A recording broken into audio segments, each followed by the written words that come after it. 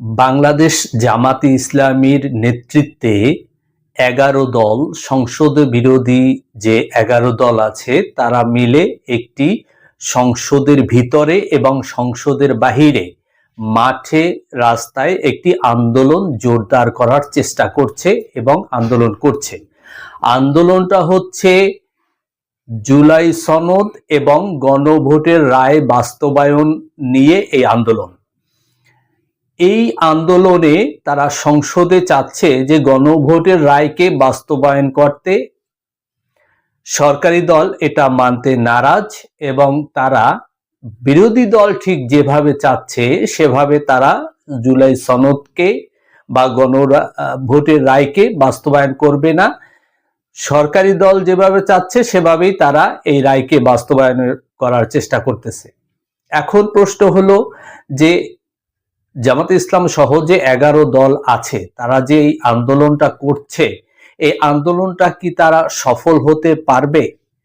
এই আন্দোলনের গুরুত্বটা কি?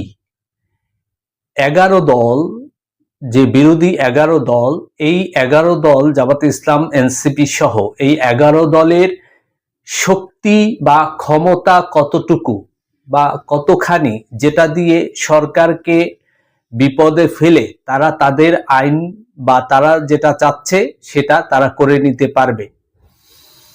জনগণ কি এই আন্দোলন চায় কিনা, বা এই আন্দোলন থেকে অন্য কোনো দল কি প্রকাশ্যে চলে আসতে পারে কিনা, তাহলে এই যে বিরোধী দল 11 দলীয় জোট যেটা আছে তাদের ভূমিকা তখন কি হবে?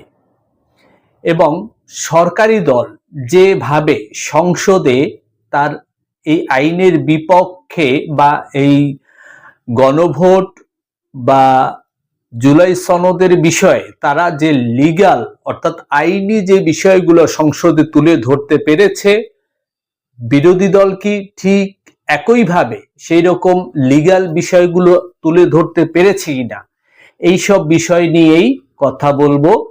আর এইসব বিষয়গুলো বিস্তারিত আলাপ আলোচনা করব।